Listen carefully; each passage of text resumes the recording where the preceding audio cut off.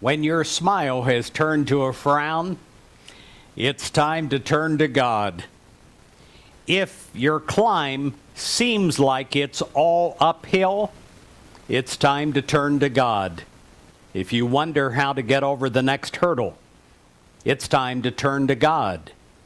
When your strength is not that great and you're giving all that you seem to have, it's time to turn to God.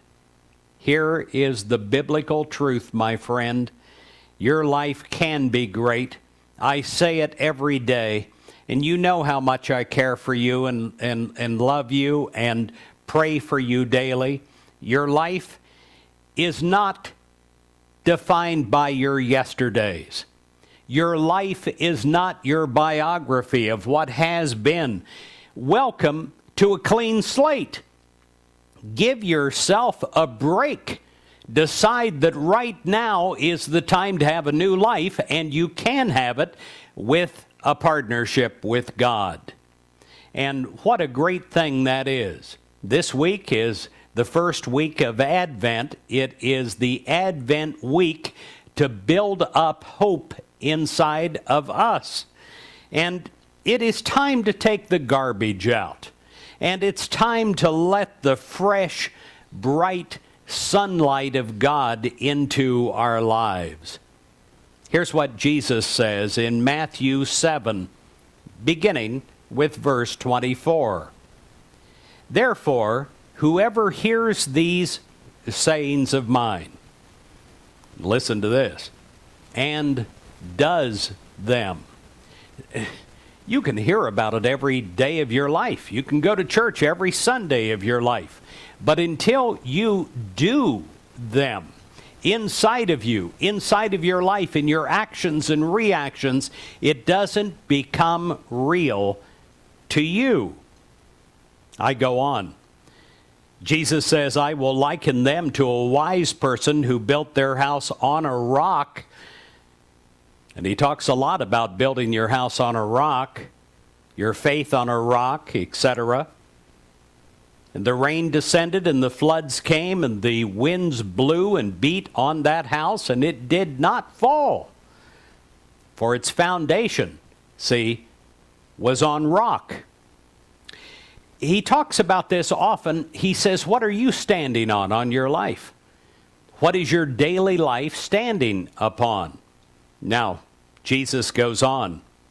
Everyone who hears these sayings of mine and does not do them will be likened to a foolish person who built their house on the sand. And the rain descended, and the floods came, and the winds blew and beat upon that house, and it fell, and how great was the fall. The Sea of Galilee is only 12 miles long.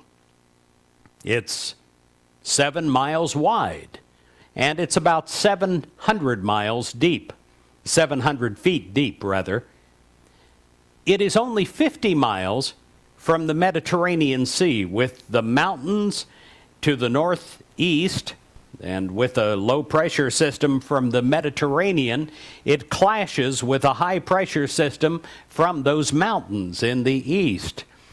The sea is transformed. That tiny little sea, that sea that would be insignificant, is transformed. Waves can reach 20 feet on that sea.